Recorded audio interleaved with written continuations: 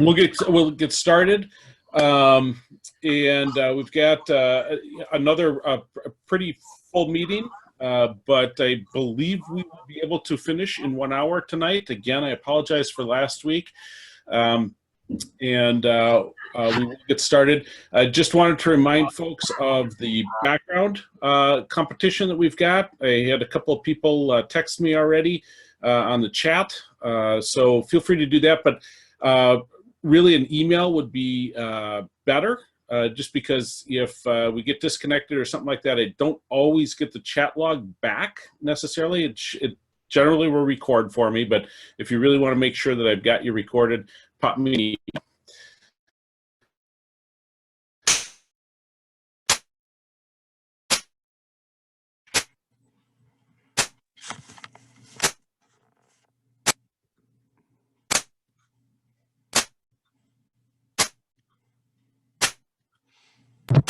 We lost you, Tom.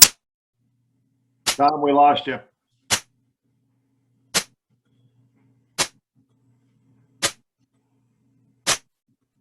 Tom, can you hear me?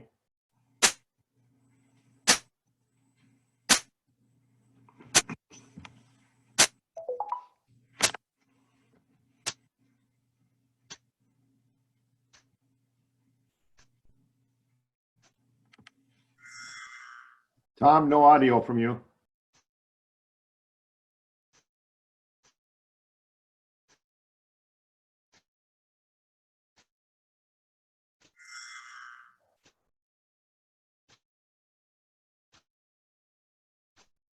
We lost audio. Tom, you're not on.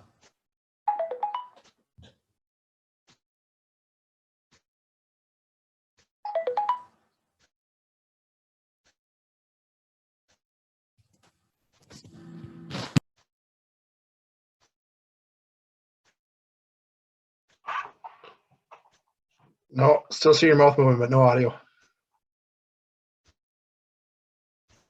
No.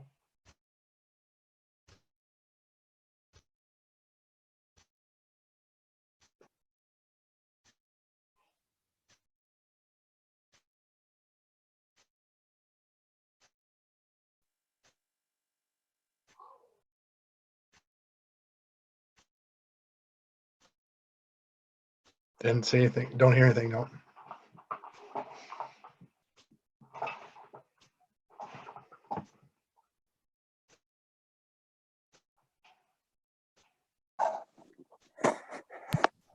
He knows he has no audio. He's just trying to figure out why. Can you hear me now? I can hear you now. Okay. We'll go with the backup. Sorry about that.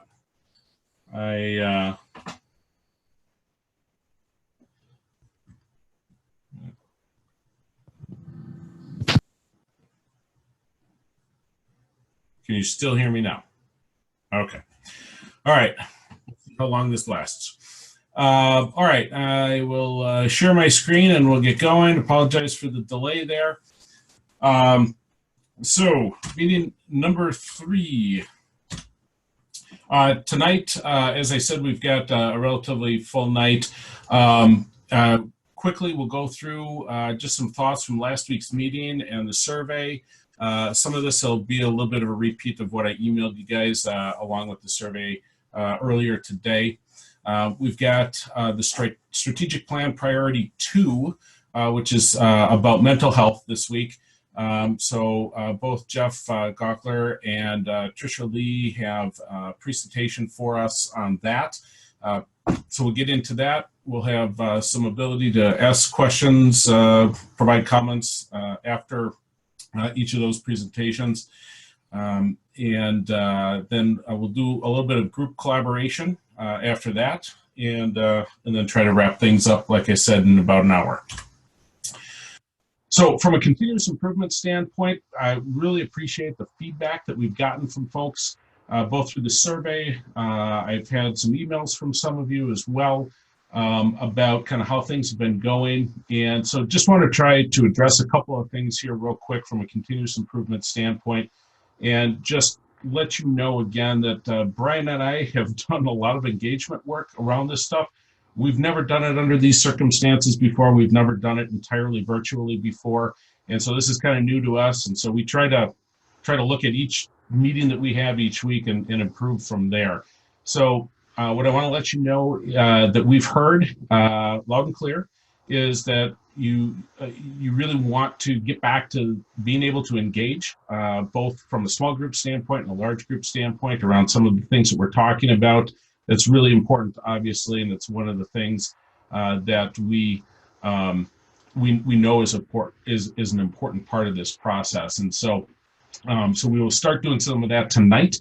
And then next week's meeting really is dedicated almost entirely to us working from a collaboration standpoint on some of the stuff that we've gotten to this point. So more on that for next week. But then from a meeting topic and information standpoint, I know there's been some questions about what's the relevance to the stuff that we're going through right now.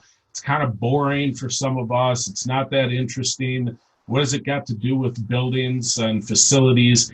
And really what we're trying to do is just provide some background information on what happens inside the buildings, inside of our schools, and that allows us better to understand where facilities need to go, what we need to be doing with our facilities potentially, what some of the priorities are from a facility standpoint, because it's really hard for us to put a plan together around that if we don't really know how our facilities need to be used. And so, so I apologize that it feels like it's dragging on a little bit. Typically, this is all stuff that we would handle in one meeting and be moving on. But obviously, given the circumstances, we just haven't been able to fit that all into one meeting topic. And so, so we'll be moving on, and I promise you that as we go forward here, some of those topics will probably be more interesting to some of you. And then from a time commitment standpoint, again, like I said, I apologize for last week running so late. We will definitely try not to do that again. But we are going to take a look in the survey last week. We did have some response back on extending our meetings a little bit, and we don't want to necessarily do that all the time or to a great extent, but we may look, and I will alert you ahead of time, to possibly tacking on about 15 or so minutes at the end of the meetings, or at least kind of reserve that time a little bit in case we do some additional breakout room work. So, but I'll let you know that a little bit ahead of time. And then the length or our outside of meeting work, we also got some feedback from folks that you're feeling a little bit overwhelmed.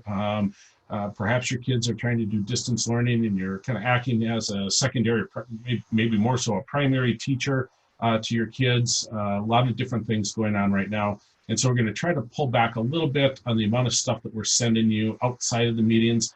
This week we did not send some videos along. We'll still send some of that stuff, but we're going to try to be a little bit more conscientious about the time that we're taking from your schedule outside of these meetings. So hopefully that works for everybody. Again, let us know how you're feeling and how these things are going, and we'll try to continuously improve as we go through this together. So, from that standpoint, just looking and giving you guys an opportunity for a little bit of feedback here at this point relative to that stuff, or anything else you want to provide some quick feedback on. As far as things that are on your mind. Just pause for a moment for folks to either use the chat box and or drop in on your microphone.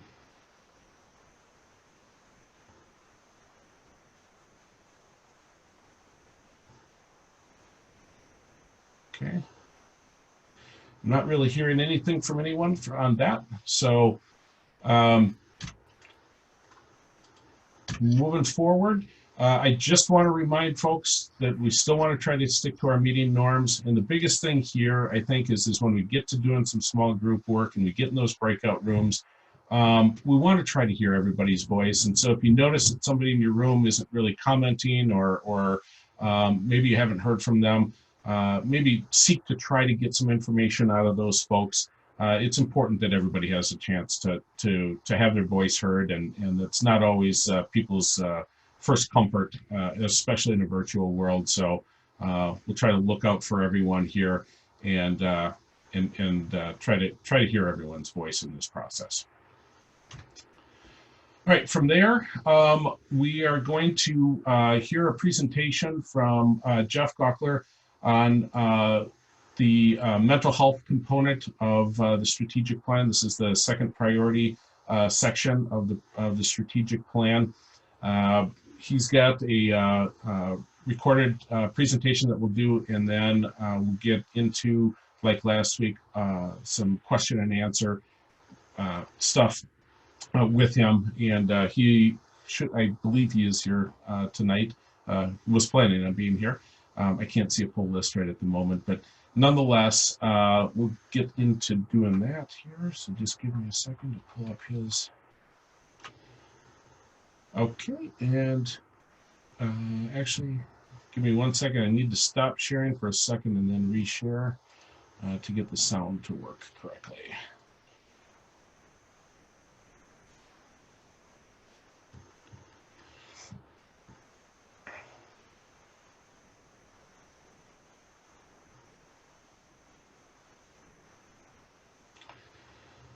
All right, here we go. Make sure you wave if you don't hear sound.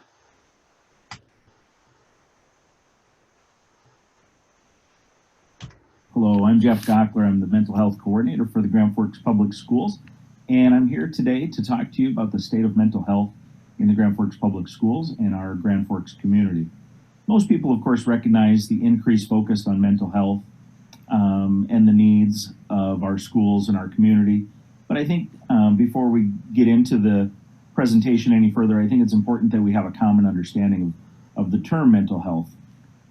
You'll see the Wordle silhouette, which is reflective of the responses received by Dr. Brenner from last spring when he surveyed all the school staff about strengths and challenges facing our school district. And you'll notice some of the terms that appear, such as coping skills, mindfulness, protective factors, trauma, addiction, attention span. And you'll notice it's kind of a mix of the challenges and the elements of positive mental health. Unfortunately, if you Google the term mental health, you'd see a similar silhouette, but it would probably be filled almost exclusively with words such as phobia, panic, depression, bulimia, suicide. So I think it's really important that we stress, in actuality, when we talk about mental health, we want to make sure we recognize that all of us have mental health all of the time, and that it's good for us to talk about positive mental health and how to maintain that. So while it is true that 1 in 5 people across our country, both young students and adults, have a diagnosable mental illness, they can still be mentally healthy. So to draw a parallel, I just point out, of course, we understand that someone with diabetes can still be physically healthy. Here on this next slide, I really want to emphasize that our goal as a school district is to establish a comprehensive school mental health system in which we provide services and supports that promote positive mental health and well-being for all students and staff. We seek to have a positive school climate and culture. We want to promote social emotional learning, and that we would do so in strategic partnerships with students, families, health, and of course our mental health partners. We've identified 12 initial goals in 4 areas: mental health, positive school climate and culture, social emotional learning, and community engagement to support our students and families and staff. To provide a comprehensive mental health system, certainly we will rely heavily on our mental health team, which is comprised of 24 school counselors, 12 social workers, 6 school psychologists, and 5 mental health specialists. However, to truly have a comprehensive system, we must rely on assistance from everyone: our district leaders, our building administrators, our classroom teachers, paraprofessionals, and all the rest of our support staff. You'll note in our plan, we seek to increase mental health literacy, implement best practices for mental health screening, continue to improve school climate and our trauma-informed practices, and we're devoting an abundance of time and energy to systemic implementation for social emotional learning, and we're also building our capacity to work with our community partners. On this side, you'll see two different graphics, one for social emotional learning and one for trauma-informed practices. We've briefly mentioned those before, but I'd like to go into a little bit more detail. So with regards to social emotional learning, we're working hard to achieve systemic district-wide implementation with our social emotional learning. And that's across all classrooms, all schools. And that doesn't mean that we're seeking to have this be a cookie cutter style or philosophy where every classroom and every school has the exact same programming. We understand that students are unique and schools are unique and they have unique needs.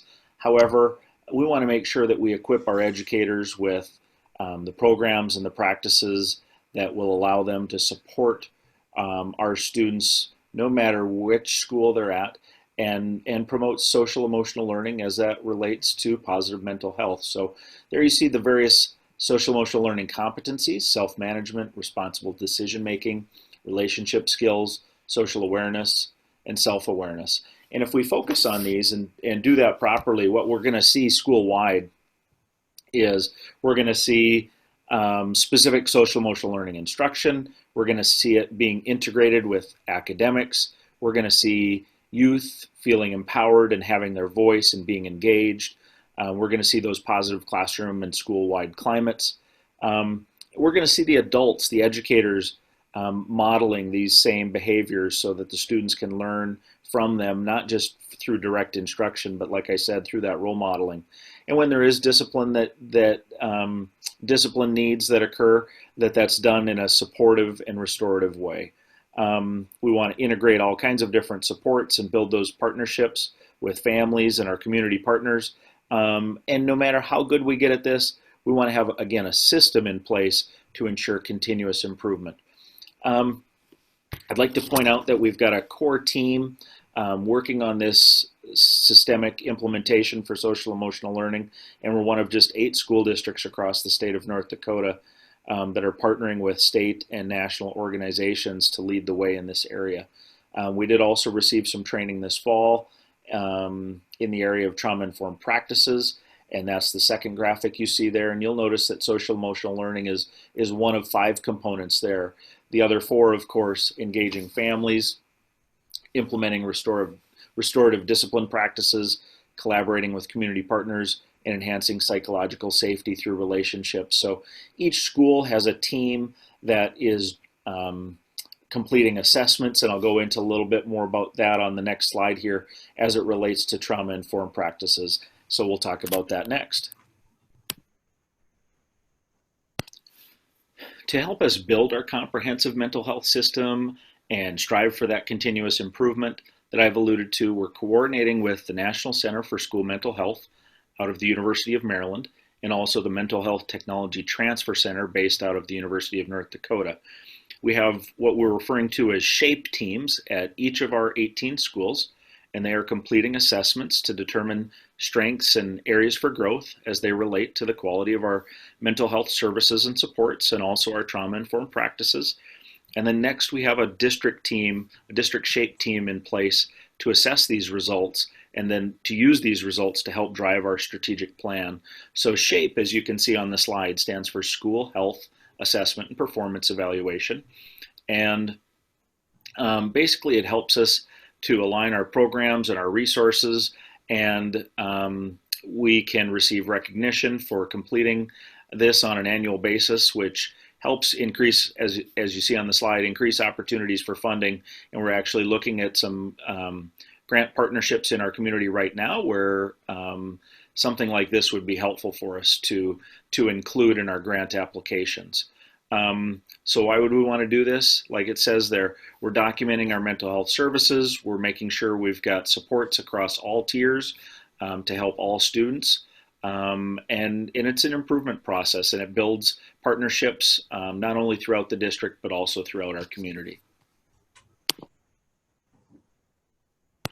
As we take a look at this final slide, I've alluded earlier about the importance of collaboration and community partnerships to address the mental health and emotional well-being of our entire community. And unfortunately, just over a year ago, in response to the 13 confirmed deaths by suicide in Grand Forks, in the city of Grand Forks, in 2018, Grand Forks Schools took it upon ourselves to host a meeting with civic leaders, mental health providers, concerned educators, and citizens. And basically what was born out of that initial meeting is what we now have as a community collaborative known as Mental Health Matters. And this group is comprised of individuals from over 40 different local organizations. It's led by a steering committee with representation from, of course, the Grand Forks Public Schools, All True Tears, the UND Mental Health Technology Transfer Center, the City of Grand Forks, our Grand Forks Police Department, and also Grand Forks Public Health. As you'll note on the slide, our mission is, of course, to promote resilience, strength, and emotional well-being for people in the Grand Forks community through education and collaboration to increase awareness and access to mental health resources. A couple different ways that we've recently started to realize and support this mission. We recently held our Mental Health Matters kickoff event in early March and was attended by hundreds throughout our community. We also recently launched our website, gfcares.com, which we hope will serve as a hub for information on mental health providers and supports in our community.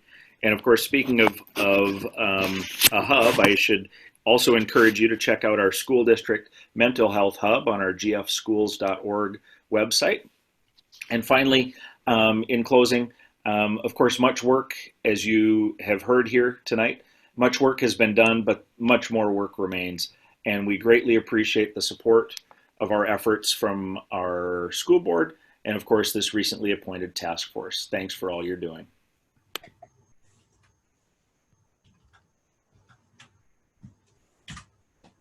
Okay, so that's a brief overview. The two documents that outline the plan itself, I sent in an email to you guys just before the meeting in case you wanted to take a look at those a little bit closer as we go through the meeting. Of course, you'll have them for after the meeting as well. So we'll open it up here to Jeff for any questions or comments or clarity that needs to happen. And Jeff, maybe if you could just add anything else that you want to make note of. And I guess one thing that I would ask is if there's any connection perhaps, from our school facility standpoint that you want to draw attention to from a mental health standpoint that helps, hinders, or is perhaps not all that relevant. Maybe you could just comment on that briefly too while we wait and see if anybody has questions.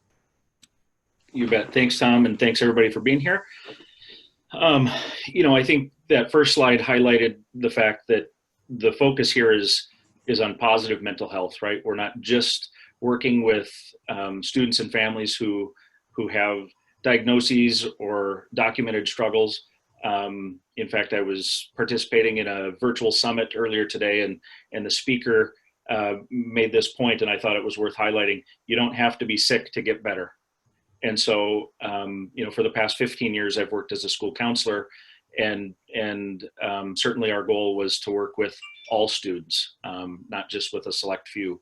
So I think other things worth pointing out, I referenced that SHAPE system, and really it's highlighted a number of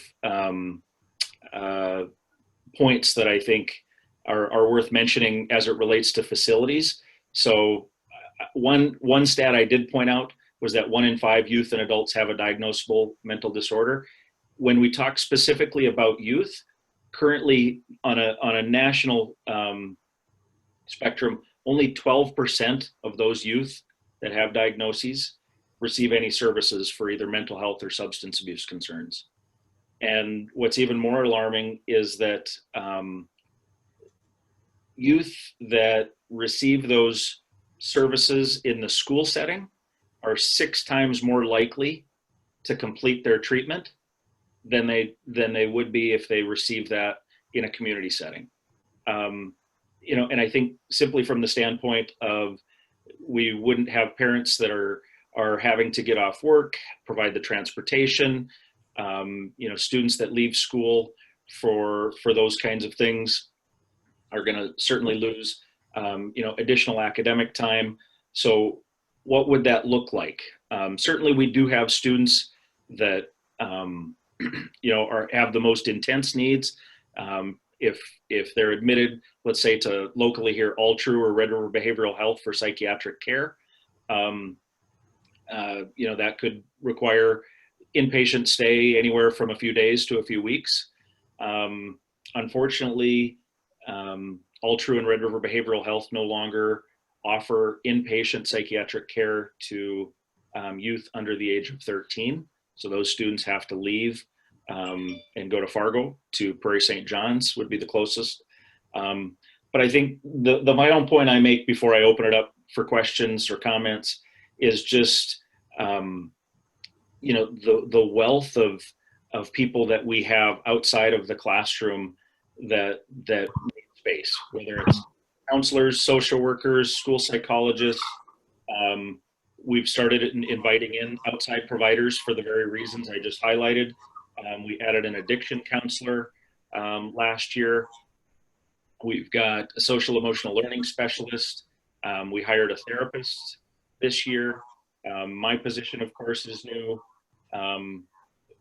At Red River, I know we started offering what we referred to as a school within a school, as a way to help students stay in that school setting, even if they were experiencing anxiety or going through some type of traumatic experience and didn't feel like they could be in the classroom. That took up another physical space. You heard time and time again in my presentation the need to engage families and community partners. So oftentimes there's needs for conference rooms, for family meetings, those kinds of things. So I think that's how it relates to a facilities perspective. Jeff, there's another question. I think you answered the first question on concerning school facilities. The next one is, can you talk a little bit about how many counselors and social workers are at each school? And do you feel that number we have is enough?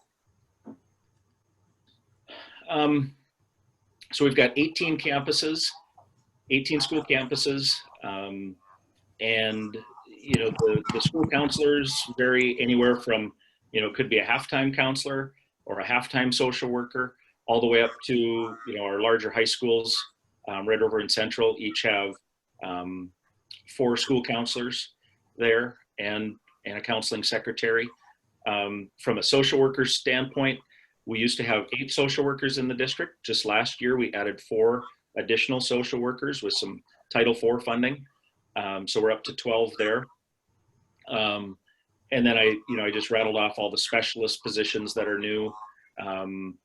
We've got new agreements in place, like I said, to have counseling teams coming into the school.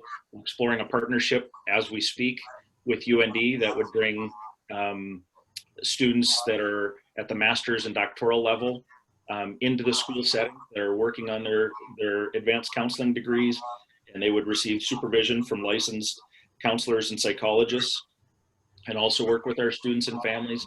We need space for them. So certainly we would welcome, it kind of requires all hands on deck. So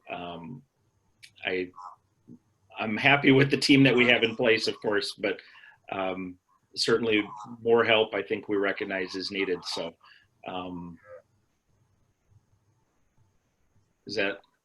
Yep. Thank you. There's another question that just popped up here. Hang on a second here.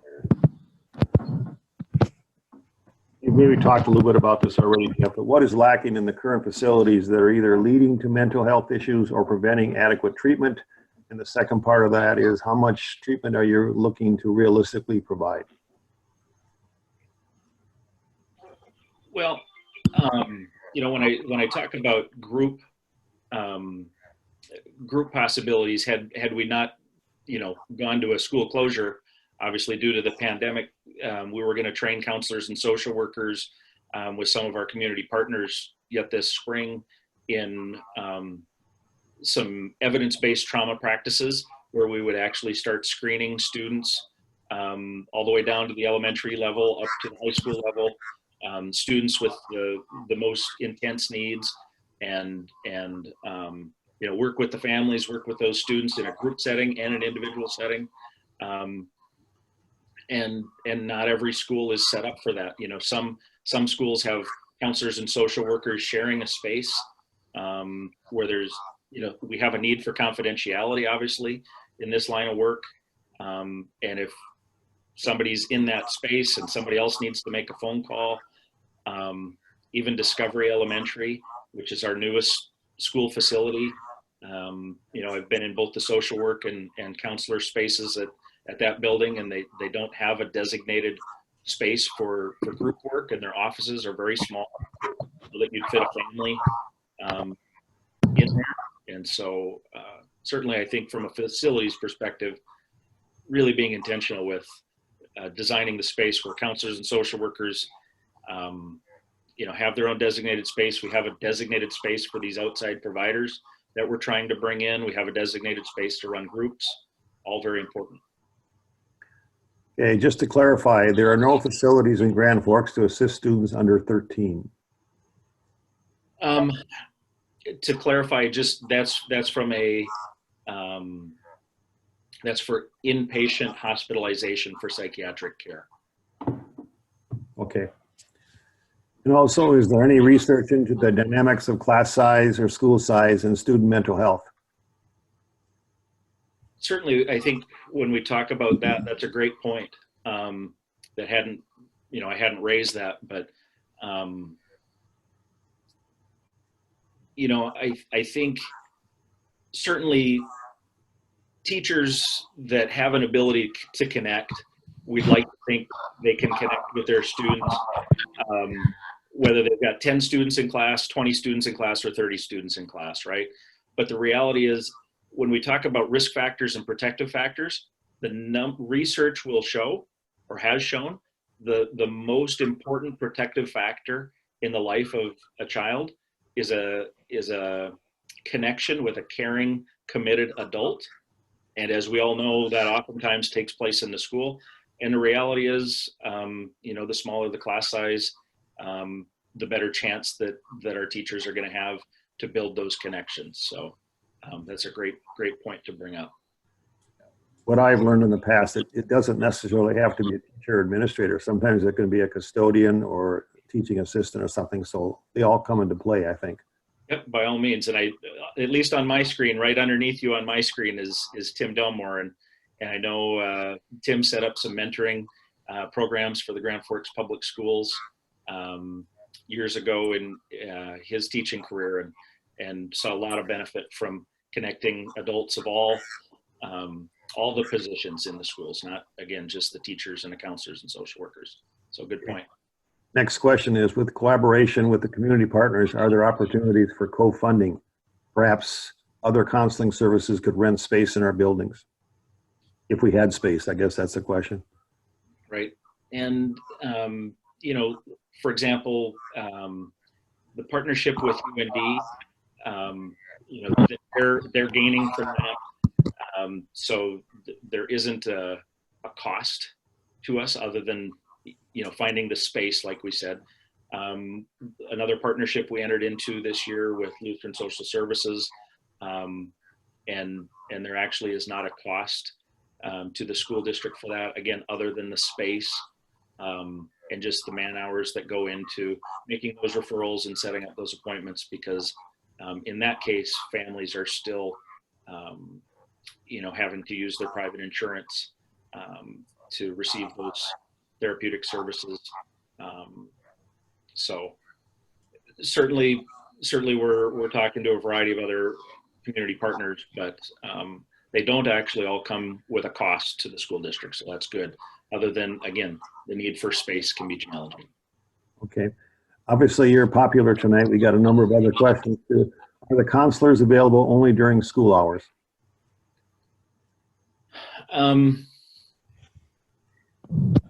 According to their contract, yes. But I think it goes without saying that not just the counselors, but a lot of the folks I mentioned, whether it's the social workers, psychologists, the specialists, the school counselors, a lot of them are putting in time, certainly well beyond 4 o'clock.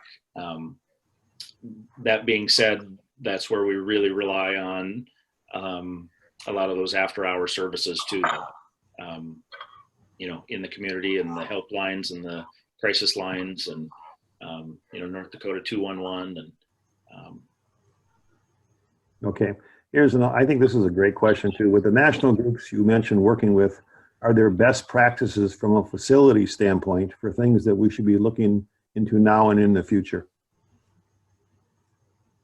yeah, and I've got the chat on my screen here, so I'm reading the rest of it myself. But if you want to finish reading the rest.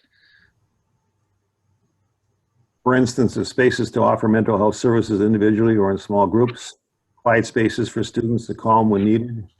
We wanted to calm down space in the autism classrooms, but for the general student population, not just in autism or special education classroom. What is the greatest facility challenge from a mental health standpoint? And I noticed she also put in parentheses there at the end as she typed that I had answered some of that. So some of it's been addressed. The biggest thing is having those spaces like I've highlighted. The mental health is so important to address with every student, right? When we talk about that, it's what we would refer to. I didn't highlight the Sources of Strength program that we've started using, but it's the most widely used, heavily researched suicide prevention program in the country. And its founders from North Dakota, and we've been using Sources of Strength now for the last few years in our secondary schools, and we were one of just 5 districts in the country to pilot the elementary program this year. And they talk about an upstream approach where it's so important. Every single one of us here tonight, every single one of us in town, even after this pandemic is behind us, and we're back in school and we're back in our workspaces, we're all going to go through ups and downs, and it's the same for the kids. And so how do we teach that resiliency? And so some of those groups aren't just for people with a diagnosis, right? Students that have their families maybe going through any other hardship. And so constantly running groups in the school setting and needing a space for that, I think, is important. We have one more question. Then we're going to have to cut it off, and we'll have to make this short. Otherwise, we won't have time for some things at the end. Can you discuss the different options that are offered through a 504 plan? Sure. Briefly. Yep. The 504 plan is just for students that have additional needs that maybe don't rise to the level of needing IEP, individualized education plan, but those accommodations, could look very different depending on what those needs are, whether it's a student with diabetes, a student with ADHD, a student with asthma. Their plans are going to look very different, but at the different levels, there's going to be people in the schools that are case managing those plans, and sometimes those students need space too, whether it's a separate room, a quiet space, or a pull-out for testing, some additional time with some homework, might be a place to check their blood sugar level, in the nurse's office, what have you. So yeah, that can lead to some additional space needs too. Okay, I want to thank you, Jeff. Obviously, it's an important topic, especially in the last couple of weeks, I'm sure. So I'm going to turn it back to Tom, but thanks again, Jeff. Thank you.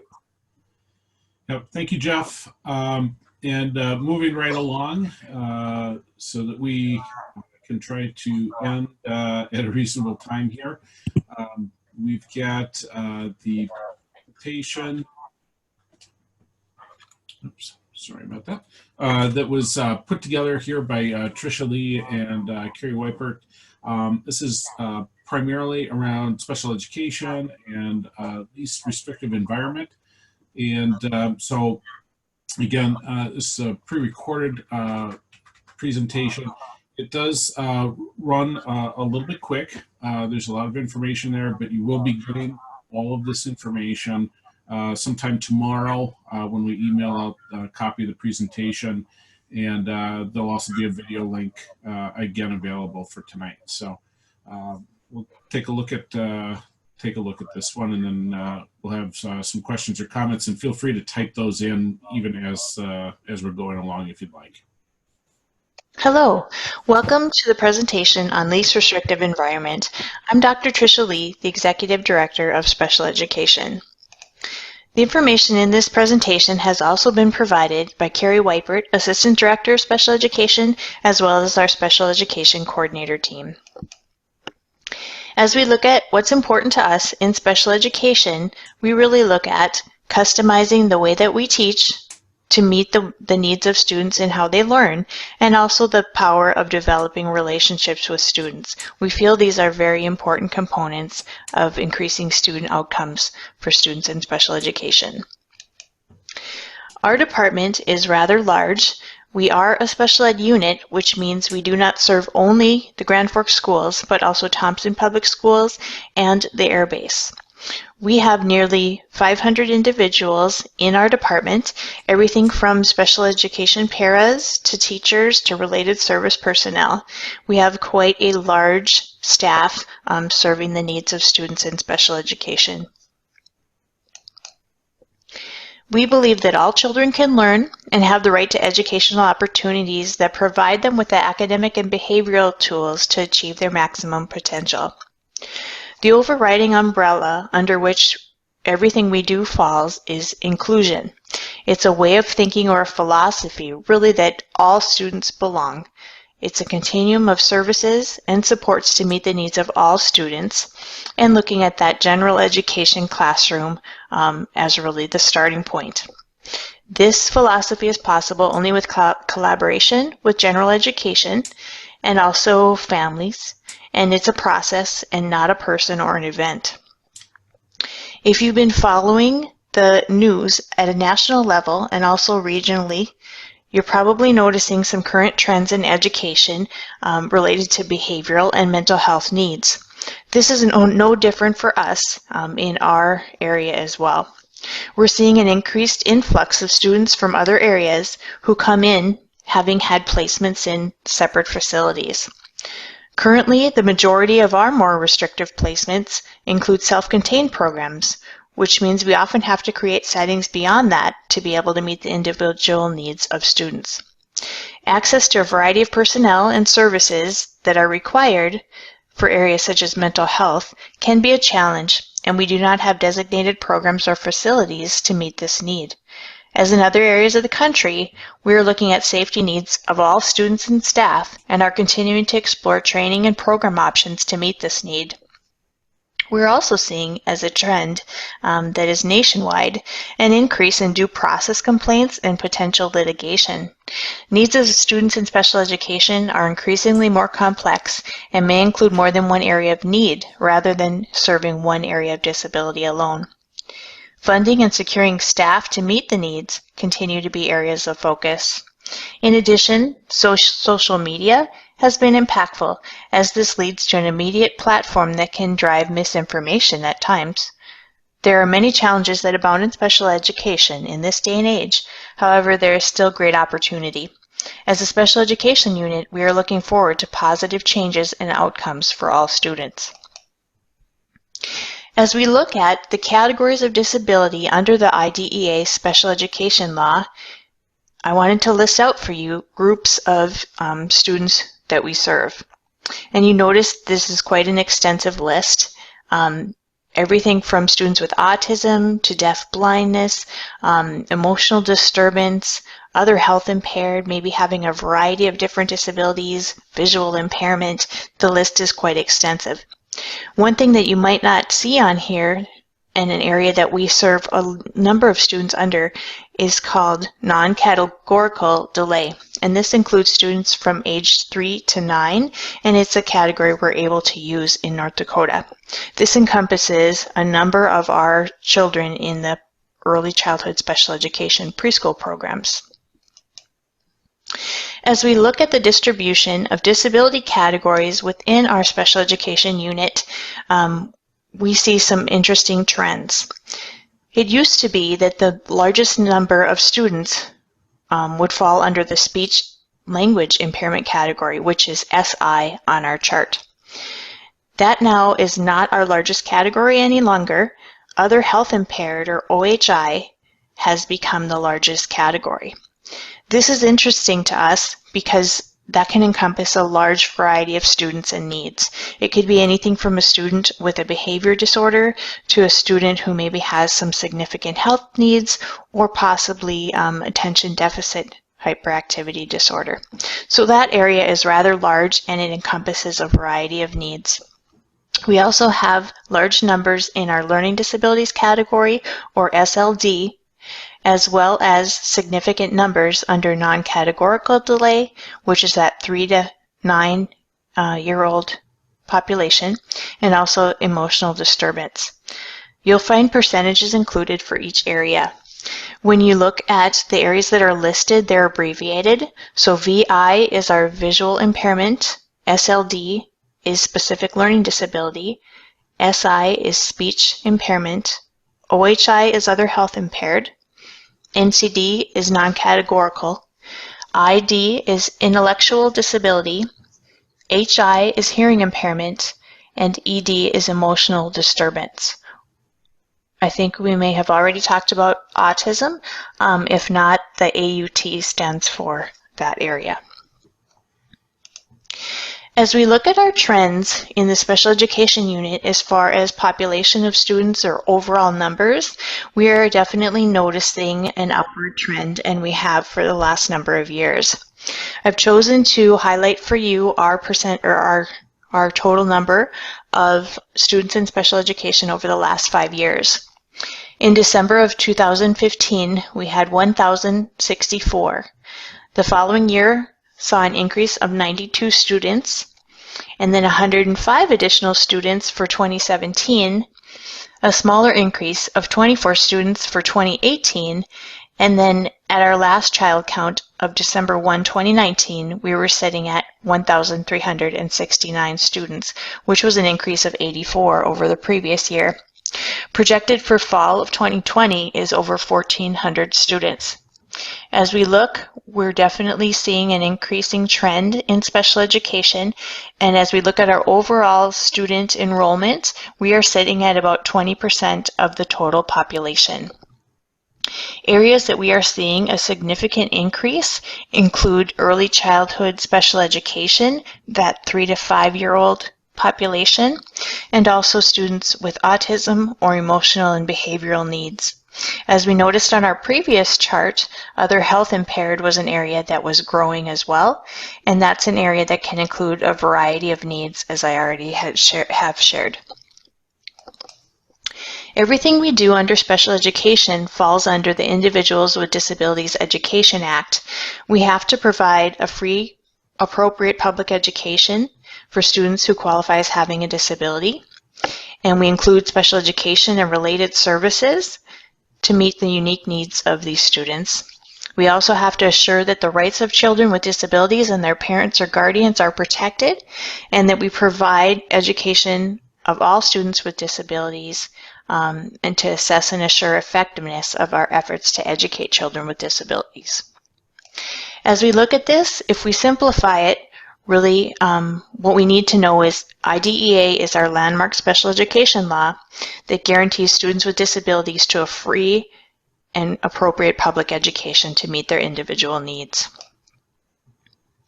The IDEA requires a continuum of services, and we have to provide that from a district and unit standpoint.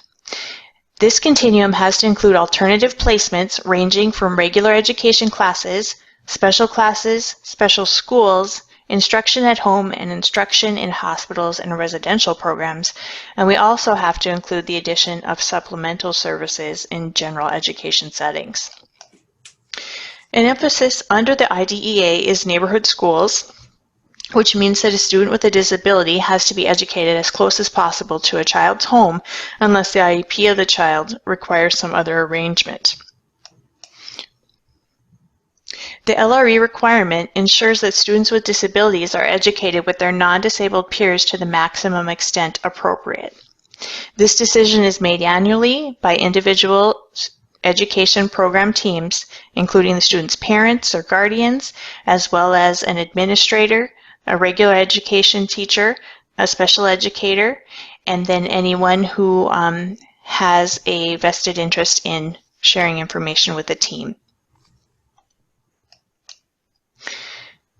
Important factors of least restrictive environment include students with disabilities receiving their education alongside peers to the maximum extent appropriate. These students should not be removed from general education classes unless learning cannot be achieved even with the use of supplementary aids and services. LRE is determined on a case-by-case basis through the development of the student's IEP. And in an appropriate LRE, we need to make sure that students are making progress. They're involved in progress in the general education curriculum and are able to participate in extracurricular and non-academic activities, and that they can take part in these activities with other students both with and without disabilities. It's important to know that the LRE is not a place. It is not referring to a particular setting. What it involves is making program decisions about what services a student needs and where and how these services and supports can be provided effectively. A quick graphic that illustrates this in looking at a continuum is provided here. The least restrictive environment is the general education classroom, and as we move down the line, the most restrictive would be hospital or residential facility. Some more information here about the LRE continuum and different things that need to be considered. We also want to talk about placement options being fluid. A student might receive some services in one setting and other services in a different setting, and these placements can change over time based on factors such as changes in a student's progress or needs. I've listed on the next slides a number of examples of LRE and what we might see for a particular disability area in terms of meeting needs of students. These are not specific students we would have in our district, rather generic examples to help you understand that.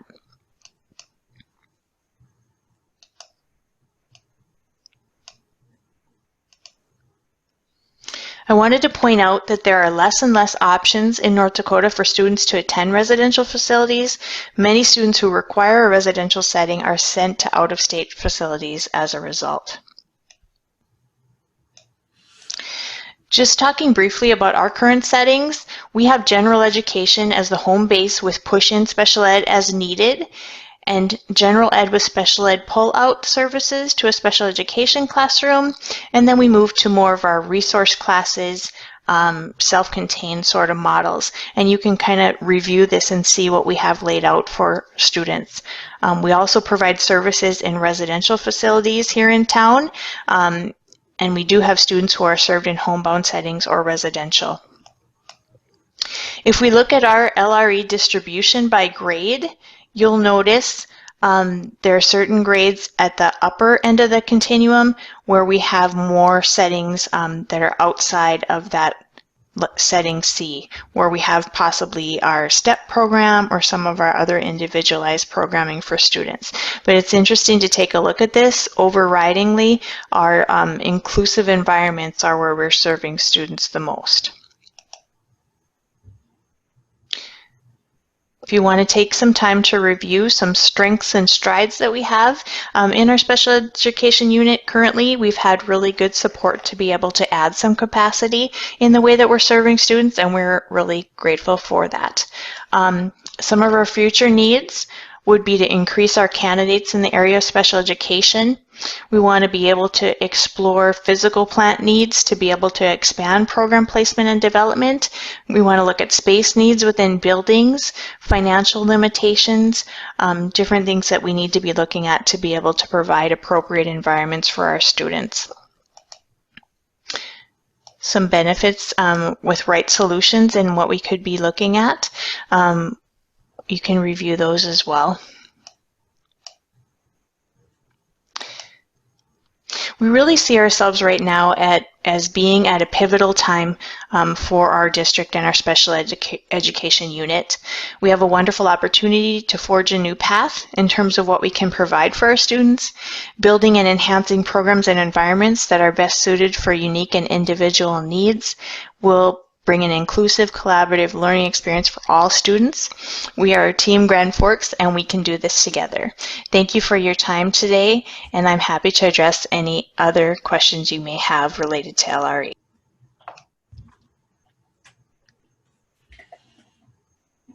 Okay, so that goes through some of the special education and least restrictive environment components.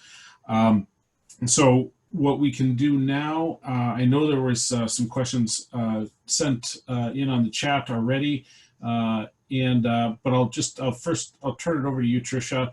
If there's anything you want to summarize here at the end of your presentation before we get into the questions, or if there's anything additional that you want to try to tie out from a facility standpoint, would certainly be helpful. Sure, thank you. So one of the things that I think is interesting to note too, and I don't know if it really came through in the presentation, but the students who qualify in special education are served from age 3 all the way up to potentially age 21. So as we look at programming for our students, we need to really look at a variety of levels and facilities that would serve those needs. So we're really in it for the long haul to support students. So that's a long amount of time. We want to be able to serve them well. So we often talk about K through 12 and the planning of that, but just know that our services encompass 3 to 21. So it makes it a little bit unique. One thing too that is important to note, special education law came into being in 1974. And if we look at the age of our facilities, many of our school buildings were built prior to that. So we didn't even really have the IDEA or the mandates that we have now back when buildings were first made. So it's kind of interesting to look at that and think about, I guess it tells me that there isn't really a surprise that we have some of the issues that we do with our facilities, looking at that timeline. Another thing that's interesting to note is a lot of our special education teachers are housed out of offices rather than classrooms.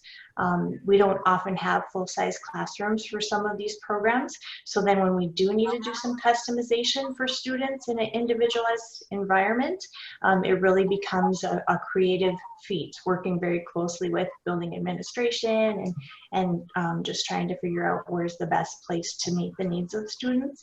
So that's another challenge that we do see.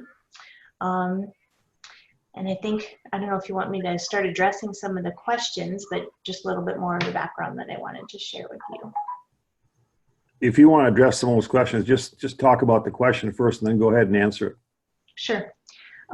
Someone had a question earlier. Let me scroll up here so I can see. The reason for the increase. So this is a pretty popular question we talk about quite often, and there's a variety of answers, I think, for this. We don't know entirely, but we have some speculation to it. So within the last 3 years or so, our numbers in early childhood special education have significantly been on the rise. Currently, we have 121 students in our early childhood settings. Previously, when I started as director in 2013, we had 4 classrooms, and right now we have 8 just for that age level alone. And we've also seen an increase in our emotional disturbance population in classrooms. And then we also have quite a few students who open enroll from other districts. So that number is on the increase as well. I think somebody had asked about that too. Currently, we have 25 students open enrolled from other special ed units or districts. We do get approached quite often from other directors just asking about programs. For example, we have self-contained autism rooms and self-contained rooms for emotional disturbance, and some of these programs aren't available in neighboring districts, although they are supposed to create their own as much as they can, but they have the same requirement we do to provide that continuum of services. And if they can't meet the need, we do sometimes collaborate on that.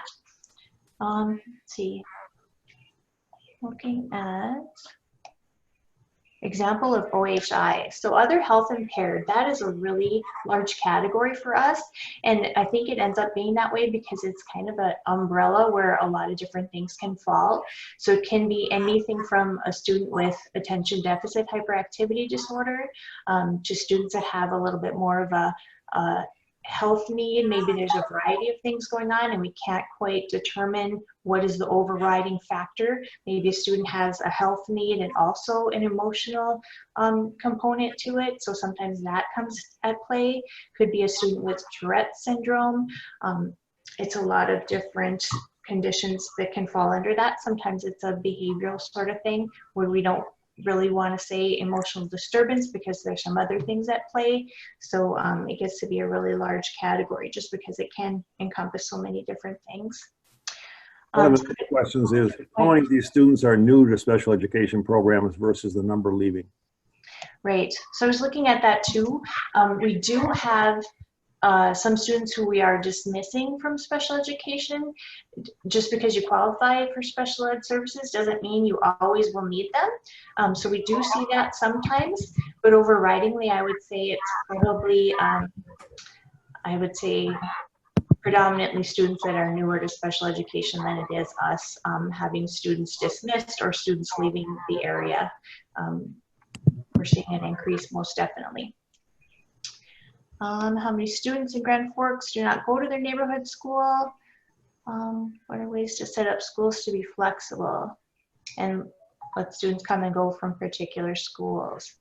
So one of the things we're trying to look at across the board is how to program in neighborhood schools so that we don't have to have the magnet programs so much across the city.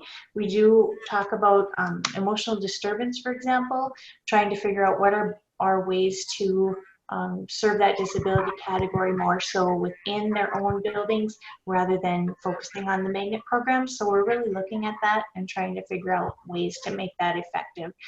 One of the barriers to that ends up being the specialized training that's required and also space and just the needs of those programs. So we are looking at that and definitely wanting to make some strides in that area. Let's see, someone answered the OHI question. A school within a school. Yep, so we have looked at that. I know we have something in place already at Red River. It's not necessarily a special ed program, but it is an intervention program that's a nice kind of a middle ground between regular ed and special ed. That's been really successful. We're trying to look at those kind of models in other buildings as well. I think that's been helpful. We really want to look at that in relation to our early childhood special ed programs, trying to figure out is there a way to do that within one facility rather than having these classrooms all across the city. That would be a really nice way to capitalize on our resources and not have so much travel time in that for our related service personnel as well. So a good idea. One other question here is, who makes the determination for a child to be able to participate in special ed? I think there's a lot of confusion on that. Sure. It's made by a multidisciplinary team, and it includes a school psychologist, a regular ed teacher, a special ed teacher, and parents, and then any other related services personnel who might be involved in the evaluation. One thing that is important to note about special ed, it isn't that you have a disability alone, it's that you need specialized services from a special education teacher, and you also have an impact on your education. So when you talked before about 504 plans, students could have an accommodations plan but not need specialized instruction. So that's the difference in that. We provide special education evaluation, and there's a number of referrals that we are handling every year, looking at those areas and if students qualify for special education IEP. Okay, thank you very much, Tricia. I think you covered about everything. Okay. Thank you. Back to Tom. Yep, thanks, Tricia. Yep. So we're at this crossroads here that we have found ourselves in before. So we were kind of teed up with this topic ahead of time. And so again, I apologize that this has been just a lot of information and not a lot of collaboration. I'd hoped that we might have about 10 minutes or so left at the end of the meeting, but being that we ran so long last time, I think what I'm going to do is introduce the topic here that we wanted to talk about and give it some thought. The next meeting, as I said, will be entirely dedicated to our collaboration around these topics that we've been talking about. And so we'll start with this for our next meeting. But over the last few weeks, we've heard a lot about a variety of things that go on inside of our schools, or we hope may be going on inside of our schools relative to the future. And so we heard those things from a high reliability school standpoint. Some of the things, again, I just summarized a couple of items, but we talked about safe and supportive schools and what does that look like and mean, use of technology. Tonight, from a mental health and special education standpoint, what are the support services that schools are delivering now that maybe the schools weren't designed for originally? What does that school climate and culture look like, and how does the building affect climate and culture? And then, of course, we had the videos from Ken Robinson and Bill Daggett where they talked about creativity and passion in the delivery of instruction and programming, as well as providing kind of an organic environment for student growth. And Bill Daggett, of course, talked a lot about what our kids are going to need from a 21st century world standpoint, and things that we have to pay attention to there. So we have all this stuff, right, that we've talked about that happen inside the schools. And so the big question is how do we begin trying to prioritize what's really needed in our facilities to support all these concepts that are deemed important?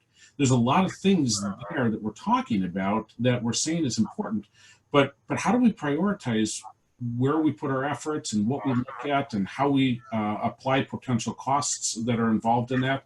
And I think we need to take a little bit of time to think about how do we go through that process to prioritize, and what are each of our individuals' thinkings about those things. And so this will help us begin to identify some of the priorities that we need to consider as we go forward. Obviously, there will be additional topics as we look at engineering assessments and as we look at other things relative to our buildings, but this is obviously an important component that we consider. And so I don't think it'd be fair for you guys, especially after last week, to jump into this at this point and run our meeting longer than it has now. We're about 10 minutes beyond our time. But I wanted to introduce this to you. This will be on the slide deck that you get tomorrow from us. So you can take a look at it again. But think about, for next week, when we get together in some of these groups, how do we begin prioritizing some of this stuff that we see here? So that from that standpoint there, we'll conclude what we're doing tonight. I appreciate your patience as we tweak our process here. We will also give you some insight into the next 4, 5, 6 meetings that we're going to have as we kind of bring this to a close and we start talking about more about some of the facility needs as well going forward. So next meeting's next week on the 30th. Again, we're going to try to keep this to a decent time. And again, I appreciate all the feedback that you've given us, and we will also be sending another survey out to you tomorrow about some of this the stuff that we talked about tonight. So with that, I will stop talking and appreciate everything that you've done. Have a great night, and see you next week, and maybe communicate along the way.